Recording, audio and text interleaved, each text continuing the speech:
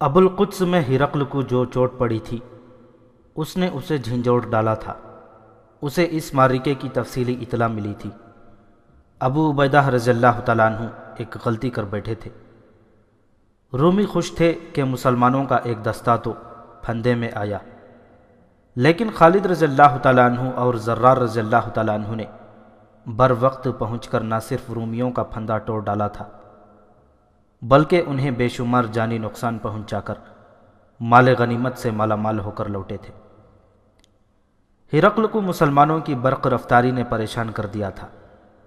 اس نے دیکھا تھا کہ مسلمانوں کی فوج ایک سے دوسری جگہ حیران کن تیزی سے پہنچتی تھی اور میدان جنگ میں سالاروں کی جنگی چالوں پر ان کے دستے بہت ہی تیزی سے جگہ بدلتے اور چالوں کو کامیاب کرتے تھے۔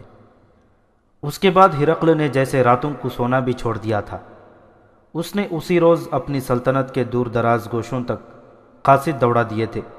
اس نے حکم یہ بھیجا تھا کہ زیادہ سے زیادہ فوجی دستے انطاکیہ بھیج دیے جائیں۔ وہ سلطنت کی تمام تر فوج تو اکٹھی نہیں کر سکتا تھا، ہر جگہ فوج کی ضرورت تھی۔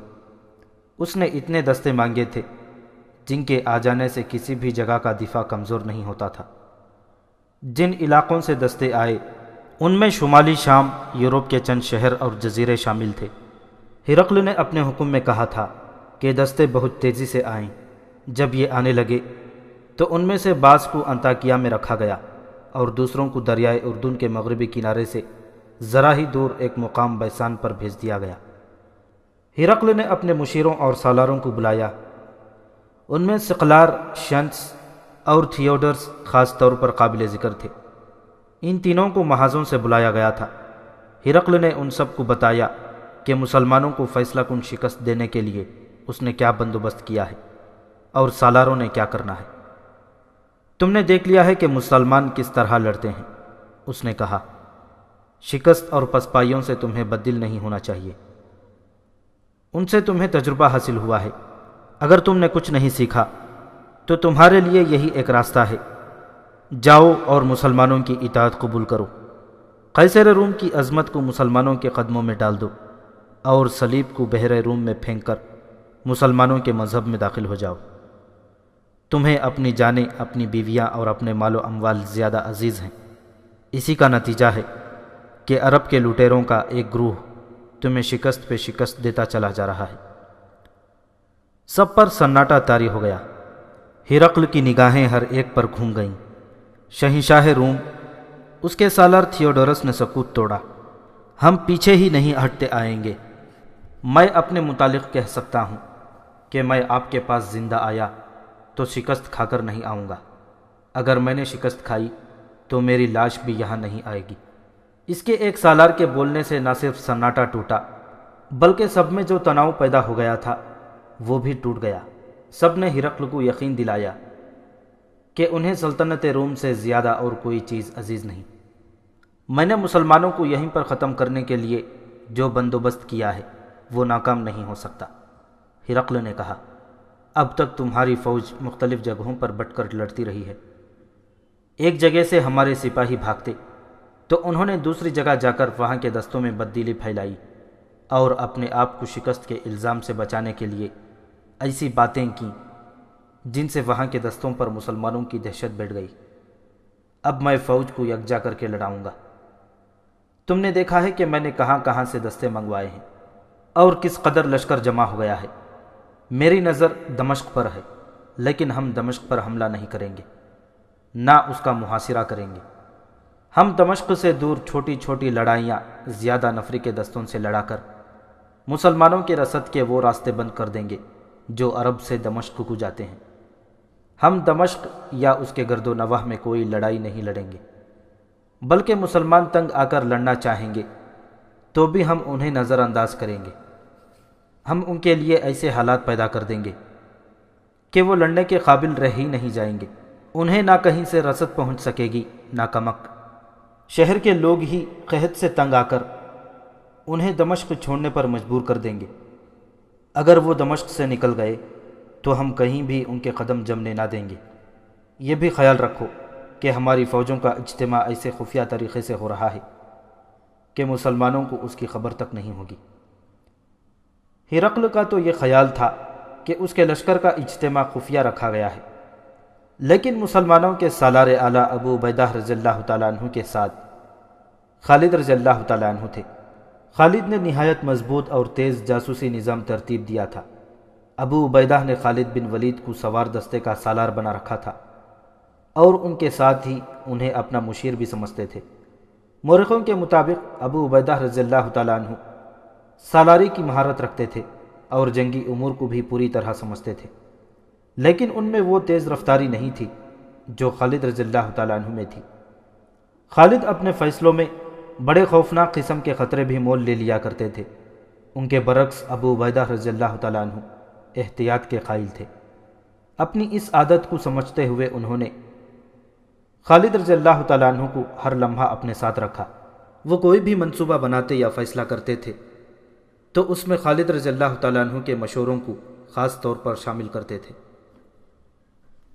خالد رضی اللہ تعالیٰ عنہ جاسوسی اور دیکھ بھال کے نظام پر زیادہ توجہ دیا کرتے تھے۔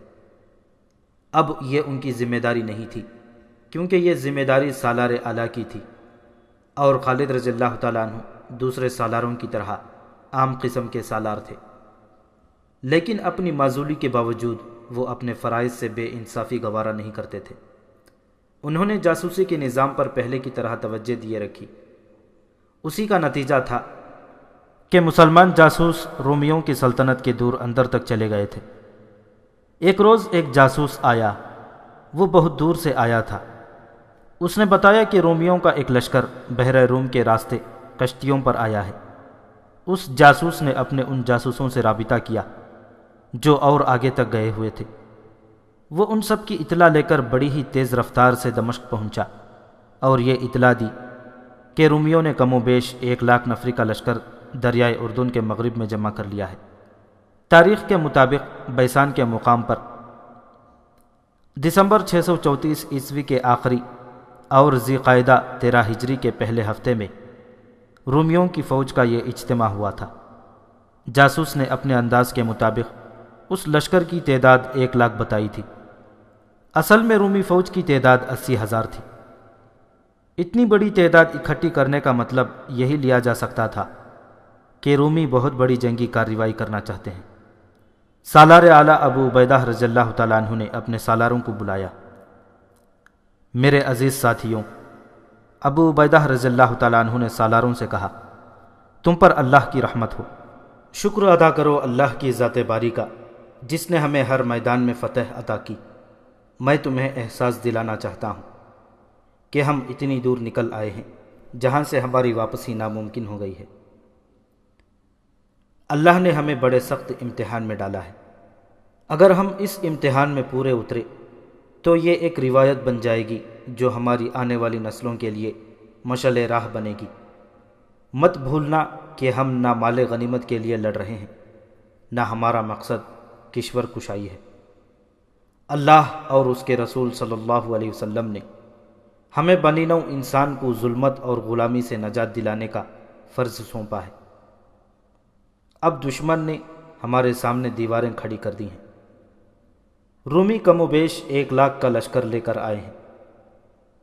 اس سے ان کے عزائم کا پتہ چلتا ہے۔ جہاں تک میں سمجھ سکا ہوں اور یہی ہو سکتا ہے کہ رومی دمشق پر حملہ کریں گے۔ اگر دمشق ہمارے ہاتھ سے نکل گیا تو پھر کہیں قدم جمانا ہمارے لیے مشکل ہو جائے گا۔ دشمن نے بحر روم سے انطاکیہ، بیروت اور 1-2 اور بندرگاہوں پر یورپ سے فوج لا کر اتاری ہے۔ ہمیں سب سے پہلے دمشق کے دفاع کو مضبوط کرنا ہے، لیکن ہم ایک ہی جگہ پر جمع نہیں ہو جائیں گے۔ ہماری تعداد اس وقت کتنی ہوگی؟ ایک سالار نے پوچھا۔ ابو عبیدہ رضی اللہ تعالیٰ عنہ نے خالد کی طرف دیکھا۔ ہماری تعداد پہلے سے کچھ زیادہ ہو سکتی ہے، خالد رضی اللہ تعالیٰ عنہ نے کہا۔ پچھلی لڑائیوں میں جو مجاہدین زخمی ہوئے تھے وہ الحمدللہ صحت یاب ہو کر واپس آ چکے ہیں۔ میرے اندازے کے مطابق ہماری نفری 30,000 تک ہو جائے گی۔ ہمیں ایک سہولت اور حاصل ہو گئی ہے، وہ یہ کہ مجاہدین نے کافی آرام کر لیا ہے۔ ابو عبیدہ رضی اللہ تعالیٰ عنہ اور خالد رضی اللہ تعالیٰ عنہ نے مل کر منصوبہ تیار کیا کہ رومیوں کے اس لشکر کا مقابلہ کس طرح کیا جائے۔ امیر المؤمنین عمر رضی اللہ تعالیٰ عنہ نے محاذ پر لڑنے والے سالاروں پر یہ پابندی عائد کر دی تھی کہ کسی بڑی جنگ کا منصوبہ بنا کر ان سے منظور کرایا جائے۔ عمر رضی اللہ تعالیٰ عنہ غیر معمولی فہم و فراست کے مالک تھے۔ بعض جگہوں کی پلاننگ وہ خود مدینہ میں بیٹھ کر کرتے اور محاذ کو بھیجتے تھے۔ ابو عبیدہ رضی اللہ تعالیٰ عنہ نے اس پابندی کے مطابق ایک تیز رفتار قاصد مدینہ کو روانہ کر دیا۔ اسے جو پیغام دیا گیا اس میں نئی صورتحال لکھی گئی تھی اور موجودہ منصوبہ بھی تحریر تھا۔ وقت بہت تھوڑا تھا، دشمن بے تحاشا نفری لے کر آیا تھا۔ کچھ کہا نہیں جا سکتا تھا کہ کس لمحے وہ کیا کارروائی شروع کر دے، لیکن مسلمانوں نے پیغام رسانی کا نظام اتنا تیز اور محفوظ بنا رکھا تھا کہ تھوڑے سے وقت میں دور کے فاصلے پر پیغام پہنچ جاتا تھا۔ امیر المؤمنین نے صورتحال اور منصوبے کا جائزہ لیا، اس میں کچھ رد و بدل کیا اور منصوبے کی منظوری دے دی۔ یزید بن ابی سفیان رضی اللہ تعالیٰ عنہ دمشق میں تھے، وہ سالار بھی تھے اور دمشق کے حاکم بھی۔ انہیں پیغام بھیجا گیا کہ دشمن کیا صورتحال پیدا کر رہا ہے اور وہ بدستور دمشق میں رہیں۔ انہیں یہ ہدایت بھی دی گئی کہ دمشق کے شمال مغرب پر جاسوسوں اور دیکھ بھال کرنے والے آدمیوں کے ذریعے نظر رکھیں، کیونکہ توقع یہی تھی کہ رومی ادھر سے حملہ کریں گے۔ سالار شرجیل بن حسنہ رضی اللہ تعالیٰ عنہ اپنے دستوں کے ساتھ اس علاقے میں تھے جس میں بیسان اور فہل واقع تھے۔ خلیفہ عمر رضی اللہ تعالیٰ عنہ نے خاص طور پر لکھا تھا کہ سالار شرجیل رضی اللہ تعالیٰ عنہ کو اس جنگ کے لیے سالار مقرر کیا جائے جس کی رومی تیاری کر کے آئے ہیں۔ خالد رضی اللہ تعالیٰ عنہ کو اس فوج کے ہراول دستے کی سالاری سونپی گئی تھی۔ جنوری 635 عیسوی کے دوسرے ہفتے میں ان دستوں نے، جن کی تعداد تقریباً 30,000 تھی، کوچ کیا۔ انہیں بیسان سے کچھ دور فہل کے مقام تک پہنچنا تھا۔ یہ دستے جب فہل پہنچے تو دیکھا کہ وہاں رومی فوج نہیں تھی، وہاں روم کی پوری فوج کو نہیں ہونا چاہیے تھا۔ خبر ملی تھی کہ چند ایک دستے وہاں موجود ہیں، لیکن یہ دستے جا چکے تھے۔ وہاں کے مقامی لوگوں نے بتایا کہ رومیوں کے دستے بیسان چلے گئے ہیں، جہاں ان کے پورے لشکر کا اجتماع ہے۔ مسلمان آگے بڑھنا چاہتے تھے، لیکن دریا کے دونوں طرف دور دور تک دلدل تھی جس میں سے گزرنا ممکن نہیں تھا۔ بعض مورخوں نے لکھا ہے کہ یہ دلدل دریا کے دونوں کناروں سے لے کر ایک ایک میل دور تک پھیلی ہوئی تھی۔ یہ علاقہ سطح سمندر سے کئی سو فٹ نیچے ہے اور وہاں اس دور میں نشیب زیادہ تھے۔ دیکھا گیا کہ وہاں دریا کے کنارے ٹوٹے ہوئے نہیں تھے، پھر یہ پانی کہاں سے آ گیا تھا جس نے اس نشیبی علاقے کو دلدل بنا ڈالا تھا۔ کچھ دور اوپر جا کر دیکھیں، ایک مقامی آدمی نے بتایا، فہل میں رومی فوج کے دستے رہتے تھے، وہ وہاں چلے گئے۔ اوپر کی طرف جا کر انہوں نے دریا میں پتھروں کا بند باندھا اور دونوں کنارے توڑ دیے۔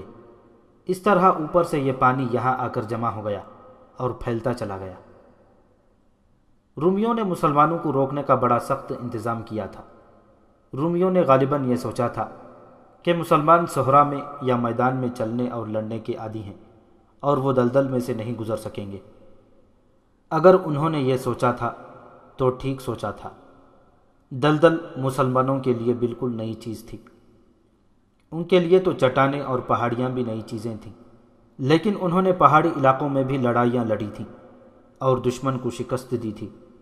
وہ دلدل میں سے بھی گزر جاتے، لیکن ان کے پاس اتنا وقت نہیں تھا۔ سالار شرجیل رضی اللہ تعالیٰ عنہ نے دلدل سے کچھ دور ہٹ کر اپنے دستوں کو ایک ترتیب میں کر دیا۔ دائیں اور بائیں پہلوؤں پر ابو عبیدہ رضی اللہ تعالیٰ عنہ اور عمرو بن عاص رضی اللہ تعالیٰ عنہ تھے۔ سوار دستے کی کمان زرار بن ازور رضی اللہ تعالیٰ عنہ کو دی گئی۔ خالد رضی اللہ تعالیٰ عنہ کو وہ دستے دیے گئے جنہیں بیسان کی طرف جانا تھا۔ خالد رضی اللہ تعالیٰ عنہ ہراول میں تھے۔ کچھ آگے گئے تو دلدل نے ان کے پاؤں جکڑ لیے۔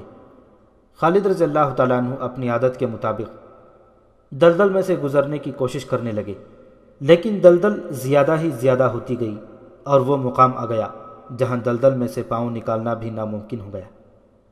چنانچہ وہ دلدل میں سے نکلنے لگے، نکلنا بھی دشوار ہو گیا۔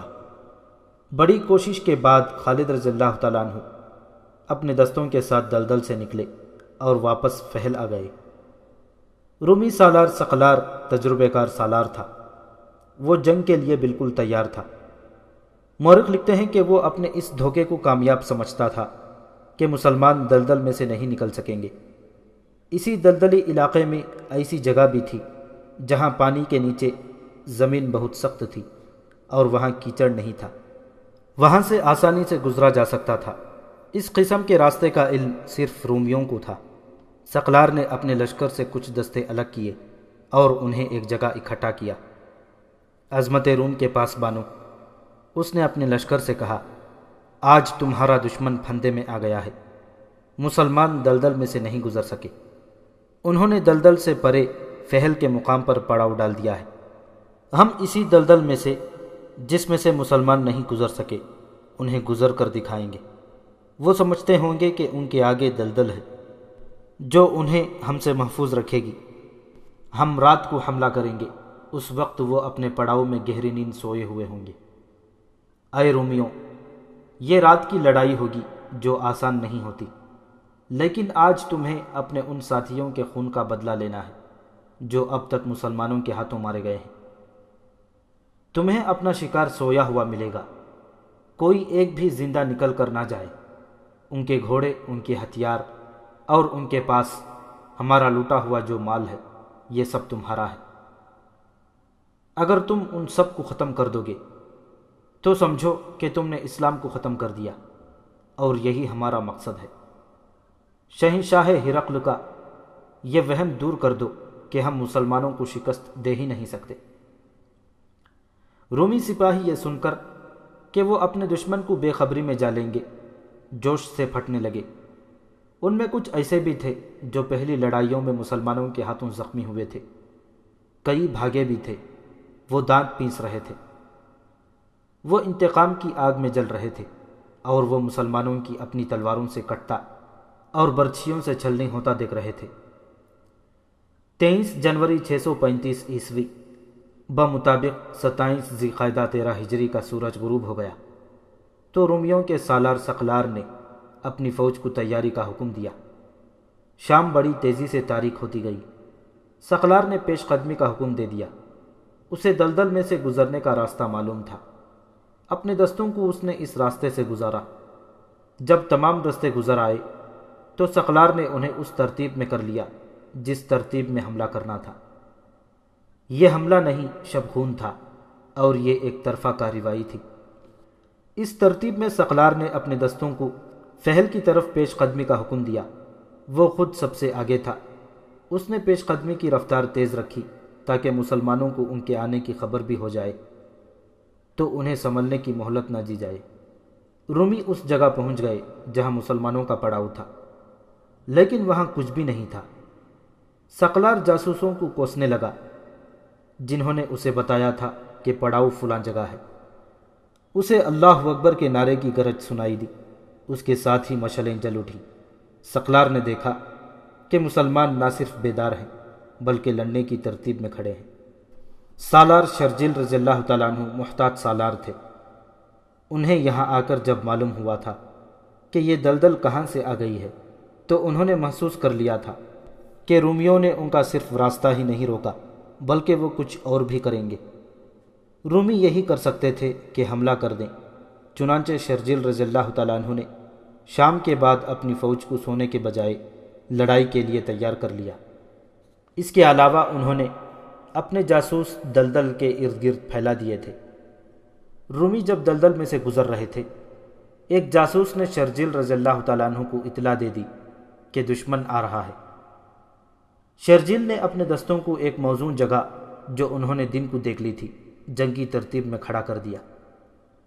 مدینہ والوں، ثقلار نے بلند آواز سے مسلمانوں کو للکارا، آگے آؤ، اپنا اور اپنی فوج کا انجام دیکھو۔ حملہ کرنے تم آئے ہو۔ شرجیل رضی اللہ تعالیٰ عنہ نے للکار کا جواب للکار سے دیا، آگے تم آؤ، تم اس دلدل سے نکل آئے ہو، اب ہماری دلدل سے نکل کر دیکھو۔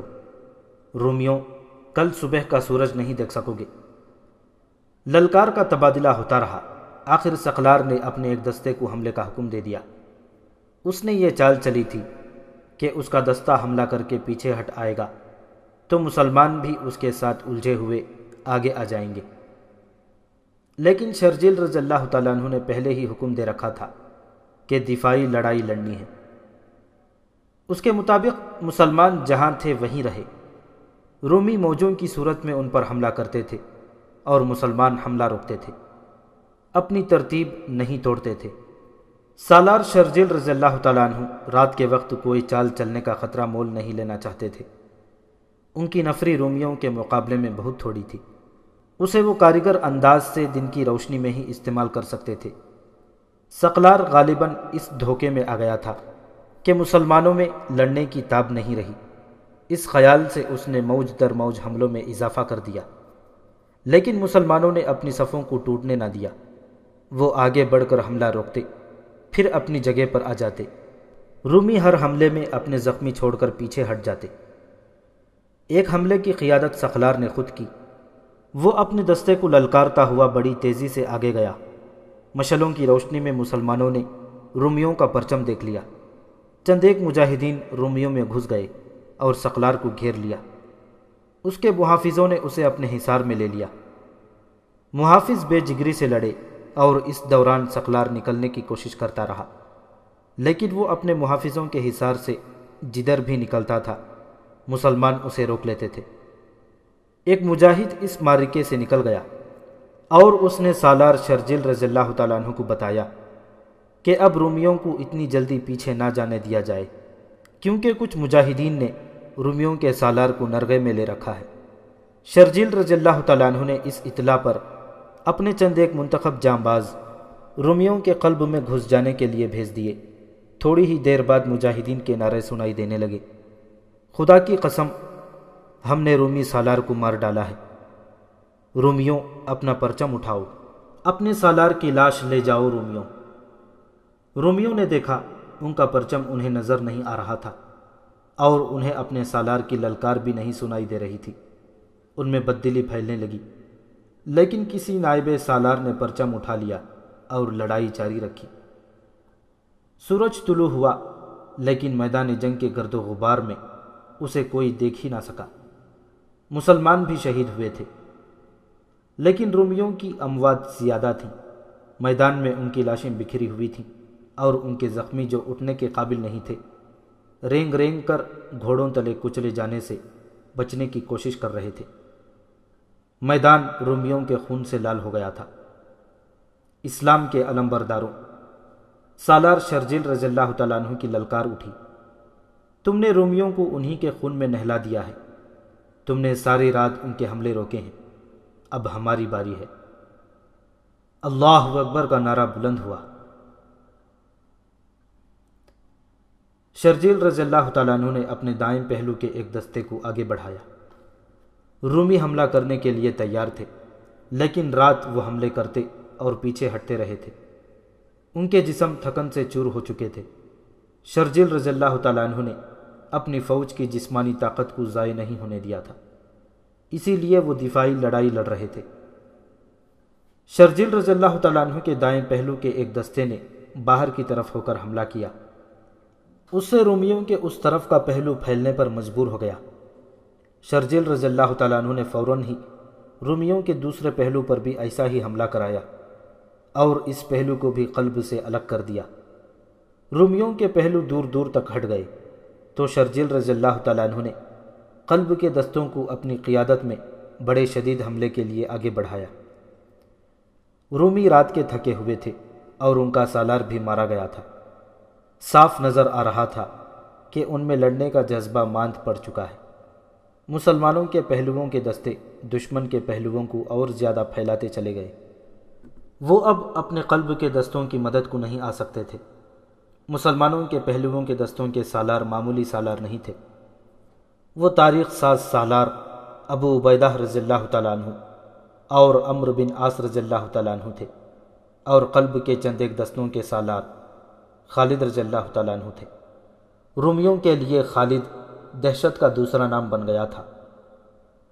گھوڑ سوار دستوں کے سالار زرار بن ازور تھے، جو سلطنت روم کی فوج میں اس لیے مشہور ہو گئے تھے کہ وہ میدان جنگ میں آ کر خود اور قمیض اتار کر کمر سے اوپر برہنہ ہو جاتے اور لڑتے تھے۔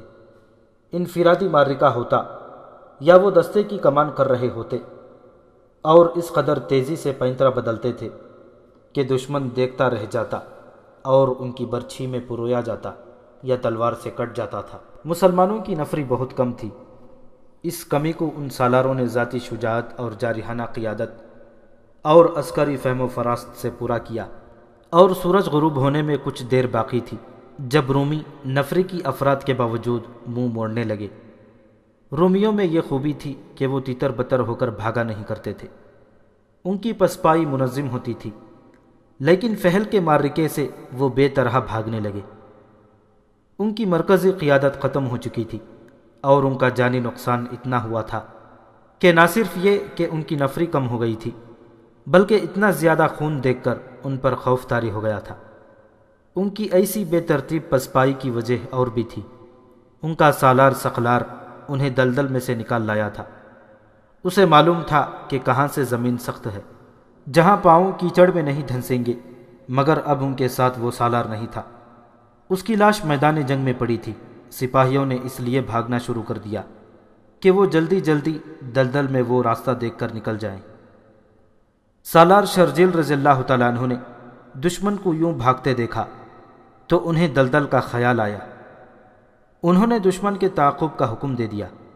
مسلمان پیادے اور سوار نعرے لگاتے ان کے پیچھے گئے تو رومی اور تیز دوڑے، لیکن دلدل نے ان کا راستہ روک لیا۔ ہڑبونگ اور افراتفری میں انہیں یاد ہی نہ رہا کہ دلدل میں سے وہ کہاں سے گزر آئے تھے۔ ان کے پیچھے بھی موت تھی، آگے بھی موت۔ وہ دلدل میں داخل ہو گئے اور اس میں دھنسنے لگے۔ مسلمان بھی دلدل میں چلے گئے تھے اور انہیں بری طرح کاٹا۔ جو رومی دلدل میں اور آگے چلے گئے تھے انہیں تیروں کا نشانہ بنایا گیا۔ دریا کا پانی چھوڑ کر رومیوں نے جو دلدل پیدا کر دی تھی کہ مسلمان آگے نہ بڑھ سکیں، وہ دلدل رومیوں کے لیے ہی موت کا پھندا بن گئی۔ فہل میں لڑنے والے اس معرکے کو ذات الرغا یعنی کیچڑ کی لڑائی کہا جاتا ہے۔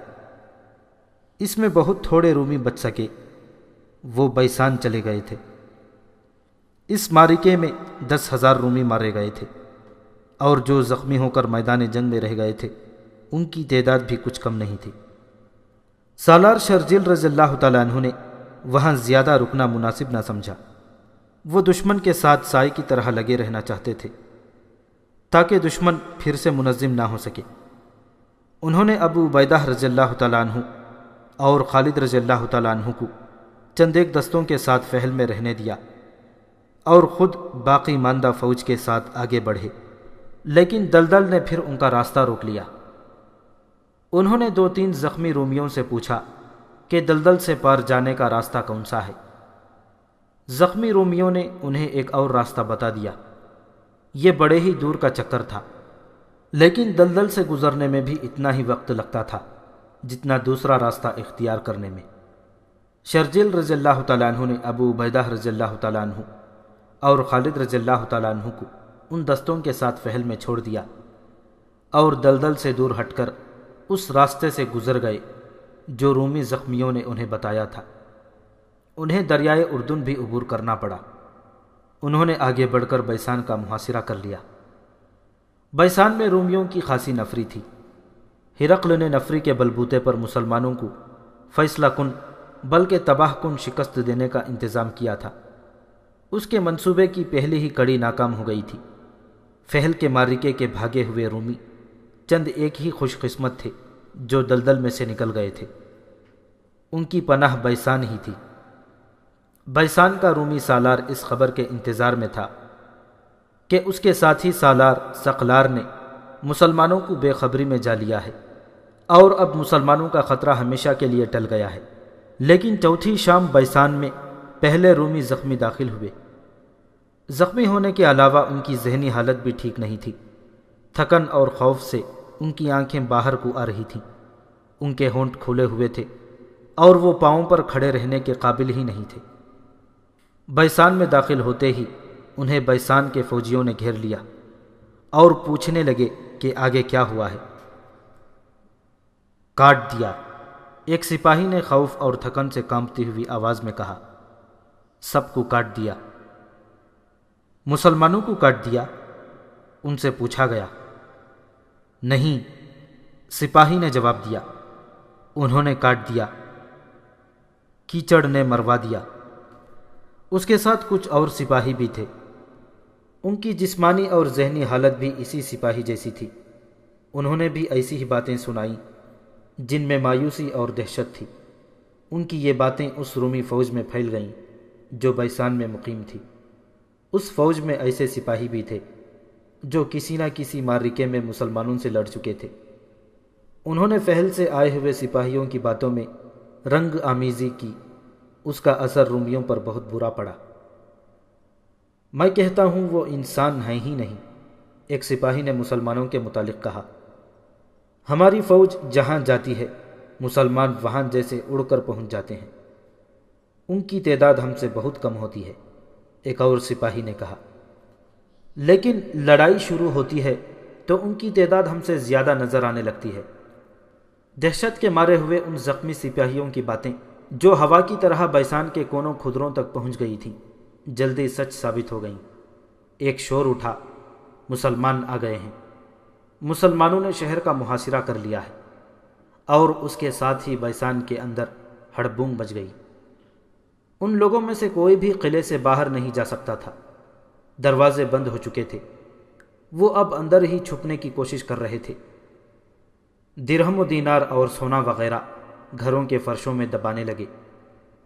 رومی فوج قلعے کی دیواروں پر اور برجوں میں جا کھڑی ہوئی۔ رومیوں، سالار شرجیل رضی اللہ تعالیٰ عنہ نے للکار کر کہا، خون خرابے کے بغیر قلعہ ہمارے حوالے کر دو۔ اس کے جواب میں اوپر سے تیروں کی بوچھاڑیں آئیں، لیکن مسلمان ان کی ضد سے دور تھے۔ رومیوں، سالار شرجیل رضی اللہ تعالیٰ عنہ نے ایک بار پھر اعلان کیا، ہتھیار ڈال دو، جزیہ قبول کر لو، نہیں کرو گے تو بیسان کی اینٹ سے اینٹ بجا دیں گے، تم سب مردہ ہوگے یا ہمارے قیدی، ہم کسی کو بخشیں گے نہیں۔ رومی فوج میں تو مسلمانوں کی دہشت اپنا کام کر رہی تھی، لیکن اس فوج کے سالار اور دیگر عہدیدار جنگجو تھے، اپنی عسکری روایات سے اتنی آسانی سے دستبردار ہونے والے نہیں تھے۔ انہوں نے نہ ہتھیار ڈالنے پر آمدگی ظاہر کی، نہ جزیہ کی ادائیگی قبول کی۔ مسلمان ایک رات اور ایک دن مسلسل لڑے تھے، پھر انہوں نے بھاگتے رومیوں کا تعاقب کیا، پھر بیسان تک آئے تھے۔ انہیں آرام کی ضرورت تھی۔ شرجیل رضی اللہ تعالیٰ عنہ نے انہیں آرام دینے کے لیے فوری طور پر قلعے پر دھاوا نہ بولا، البتہ خود قلعے کے ارد گرد گھوڑے پر گھوم پھر کر دیکھتے رہے کہ دیوار کہیں سے کمزور ہے یا نہیں، یا کہیں سے سرنگ لگائی جا سکتی ہے۔ 7-8 روز گزر گئے۔ رومی اس خوش فہمی میں مبتلا ہو گئے کہ مسلمان قلعے پر حلہ بولنے کی ہمت نہیں رکھتے، لیکن رومی سالار یہ بھی دیکھ رہا تھا کہ ان کی اپنی فوج کی ہمت مان پڑی ہوئی ہے۔ اس نے اپنی فوج کے جذبے کو بیدار کرنے کے لیے یہ فیصلہ کیا کہ وہ باہر نکل کر مسلمانوں پر حملہ کر دے اور قلعے کی لڑائی کا فیصلہ قلعے سے باہر ہی ہو جائے۔ اگلے ہی روز قلعے کے تمام دروازے کھل گئے اور ہر دروازے سے رومی فوج رکے ہوئے سیلاب کی طرح نکلی۔ اس میں زیادہ تر سوار دستے تھے۔ انہوں نے طوفان کی مانند مسلمانوں پر حملہ بول دیا۔ مسلمانوں کے لیے یہ صورتحال غیر متوقع تھی، ان کی نفری بھی دشمن کے مقابلے میں کم تھی۔ پہلے تو ایسے لگتا تھا جیسے رومی مسلمانوں پر چھا گئے ہیں اور مسلمان سنبھل نہیں سکیں گے، لیکن سالار شرجیل رضی اللہ تعالیٰ عنہ عام سی قسم کے سالار نہیں تھے۔ انہوں نے دماغ کو حاضر رکھا اور قاصدوں کو دوڑا دوڑا کر اور خود بھی دوڑ دوڑ کر اپنے دستوں کو پیچھے ہٹنے کو کہا۔ مسلمانوں نے اس حکم پر فوری عمل کیا اور پیچھے ہٹنے لگے۔ اس کے ساتھ ہی شرجیل رضی اللہ تعالیٰ عنہ نے بہت سے مجاہدین کو قلعے کے دروازوں کے قریب بھیج دیا۔ ان میں زیادہ تر تیر انداز تھے۔ ان کے لیے یہ حکم تھا کہ رومی واپس دروازوں کی طرف آئیں تو ان پر اتنی تیزی سے تیر پھینکیں کہ وہ دروازوں سے دور رہیں۔ شرجیل رضی اللہ تعالیٰ عنہ اور ان کے کمانڈروں نے اپنے دستوں کو محاصرے کی ترتیب سے میدان کی لڑائی کی ترتیب میں کر لیا۔ وہ اتنا پیچھے ہٹ آئے تھے کہ رومی قلعے سے دور آ گئے۔ اب شرجیل رضی اللہ تعالیٰ عنہ نے اپنے انداز سے جوابی حملہ کیا۔ رومی اپنے حملے میں اتنے مگن تھے کہ وہ بکھرے رہے۔ مسلمانوں نے حملہ کیا تو رومی بے ترتیبی کی وجہ سے حملے کا مقابلہ نہ کر سکے۔ وہ قلعے کی طرف دوڑے تو ادھر سے مسلمانوں کی تیروں نے انہیں گرانا شروع کر دیا۔ مسلمانوں کی تیر اندازی بہت تیز اور مہلک تھی۔ رومیوں کا لڑنے کا جذبہ پہلے ہی ٹوٹا ہوا تھا، اب جذبہ بالکل ہی ختم ہو گیا۔ رومیوں کا جانی نقصان اتنا زیادہ تھا جسے وہ برداشت نہیں کر سکتے تھے۔ آخر انہوں نے ہتھیار ڈال دیے اور شرجیل رضی اللہ تعالیٰ عنہ کی شرطیں ماننے پر آمدگی ظاہر کر دی۔ انہوں نے جزیہ اور کچھ اور محصولات ادا کرنے کی شرط بھی قبول کر لی اور قلعہ مسلمانوں کے حوالے کر دیا۔ فروری 635 عیسوی ذی الحج 13 ہجری کے آخری ہفتے میں بیسان مکمل طور پر مسلمانوں کے قبضے میں آ گیا۔ اس وقت ابو عبیدہ رضی اللہ تعالیٰ عنہ اور خالد رضی اللہ تعالیٰ عنہ فہل کے شمالی علاقے میں پیش قدمی کر رہے تھے۔